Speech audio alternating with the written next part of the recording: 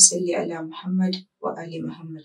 Jama'a, barkanmu da sake saduwa da ku a cikin wannan shiri namu mai ɗimbin albarka, mai taken suna amfanin ilimi, aiki da shi, wanda ni Ummu Kulsum Mika'il tare da abokiyar aiki na wato Maryam Abdulsalam.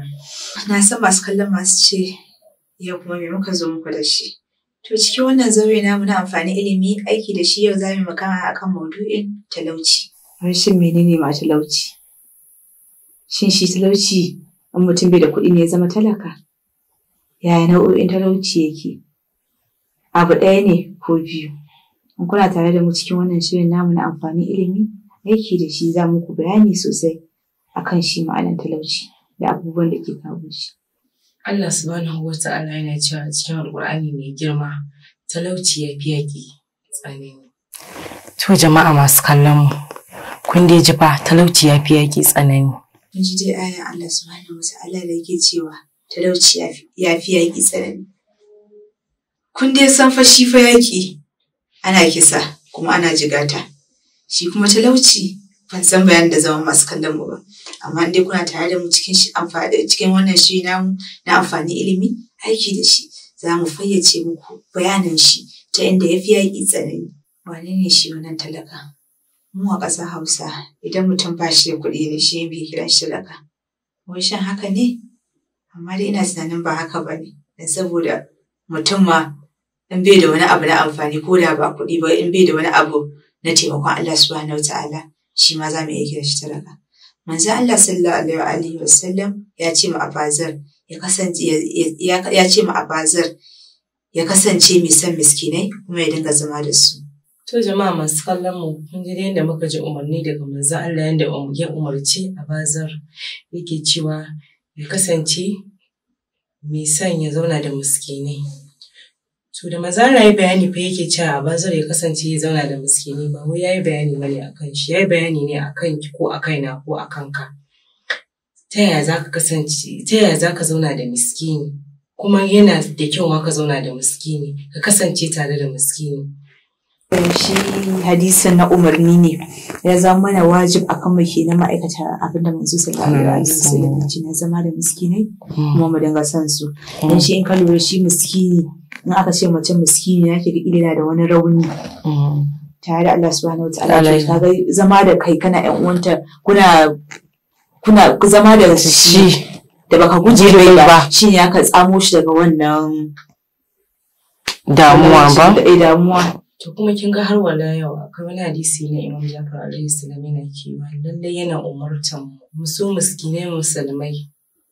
To kin ga anan shine wannan hadisi na Imam Jafar alaihi salam yana ƙara ƙarfafa mu akan mu so miskinai saboda kar mu wulaƙanta su. Hakika kin ga duk wanda ya wulaƙantar da su kuma ya musu girman kai, to hakika ya kaskantar da addinin Allah madaukaki. Allah yana mai wulaƙanta shi. Sai Imam Jafar alaihi salam yake cewa manzon Allah sallallahu alaihi wa alihi wa sallam ya ce Allah ya umarce ni da son miskinai musulmai. Wanda ya wulakanta wani daga musulmai to zai haɗu da Allah yana ƙinsa, da zai sanya mutane su ƙi shi. Allah shine yafi komai tsananin ƙi. Ku yi tsoron Allah game da ƴan uwanku musulmai miskinai. Ku sani suna da haƙƙi akan ku domin ku so su. Haƙiƙa Allah ya umarni da son su. Wanda kuma bai so wanda Allah ya umarni da sansa, hakika ya saba wa Allah da manzansa, kuma idan ya mutu a haka hakika ya mutu yana da ɗaya daga cikin halakakku. To masu kallon mu, kun ga idan zamu kalli hadisan nan guda biyu, zamu ga shi manzo Allah da ya magana yake magana ya umarci Abazar, ko ya umarce mu dukan mu musulmai da mu so ƴan uwan miskinai kuma mu zama tare da su. Sai aka kawo wani hadisi kuma na Imam Jafar as-Sadiq da yake ƙarfafa maganar manzo sallallahu alaihi wa sallam, shi ma yake umurtan mu da mu so miskinai da kuma mu zama tare da su. Zai ce ga kamar zamu ce arewacin nan namu, za ki ga ba wai ana zama tare da miskinai ba ne. Mu an guje su kuma ba a zama tare da su. Za ki ga miskini ma, za ki ga mai kuɗi ma sai dinga ana magana ba shi da ana cewa ya zo, miskini ma zai ki ga irin ana bambanta shi cikin mutane. Zaki ma ga ya kasance shi ma mutum ma shi mai kuɗin zaki yana cewa shi bai son ya zauna da wani. Zaki ga mutum yana da kuɗi yana kuɗi ne ya zauna cikin ɗan uwan shi mai kuɗi yana gujin ɗan uwan shi wannan miskinin yana ganin kamar a'a shi wannan miskinin ba Allah bane ya daura mai. Shi ya daura maka shi kuma wannan mai kuɗin yana ganin shi kawai Allah ne ya bashi. Kuma kin ga kamar da hadisi yake ƙara magana yake ƙara bayani sai yake bayani akan haƙƙin miskini a kanmu yake cewa lallai fa shi miskini yana da haƙƙi a kanmu kuma daga cikin haƙƙoƙin da miskini ke shi a kanmu shine na mu so shi sosai kan mu so shi na farko kan mu kyamace shi ko mu zauna tare da shi. Sai kuma suke magana azabobin da Allah yake cewa idan muka ƙi miskini to Allah shi ma zai ƙi mu kuma kaskanci ne ma addinin musulunci. Kuma za a iya cewa lallai kaskanci ne ma addinin musulunci dan saboda za a yi kana zama tare da mutum dan saboda shi bai da shi sai ka dinga gujen shi to kaga kaskantar da addinin musulunci kenan kai musulmi ne. Kuma shi abin da yake so in bayyana da masu kallon mu shi wannan hadisi gaba ɗaya yayi magana ne akan musulmi ba ya ce musulmi ba yayi magana akan mumuni bane. Shi wannan addinin musulmi ya magana duk wanda ya imani da Allah da manzansa kenan. Shi musulmi shi mumunin mutum daban ne musulmi kuma daban ne. To shi wannan hadisi yana magana gaba ɗaya akan miskini kuma musulmi ba wai miskini mumuni ba. Dan muna da musulmi mumuni musulmi miskini yana da haƙƙi a kanmu. Shi wannan hadisi abin da yake magana shi kenan. Da kuma azaban da Allah subhanahu wataala yake magana da muka manta da miskini to shi ma ran tashi alƙiyama zai manta da mu kuma zai sanya mutane ma su manta da mu gaba ɗaya. Sosai kan saboda kin ga kamar yadda manzo Allah sallallahu alaihi wasallam ke cewa wai yadda yake faɗa akan cewa kan mu guji ƴan uwanmu miskinai. To kuma in kika lura yanzu abin da ake yi kenan.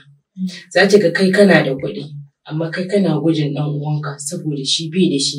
Za ki ga ma har ɓoye dukiyarka kake akan ɗan uwanka saboda kai ya amfani da shi saboda kai ya ce wane yana da shi.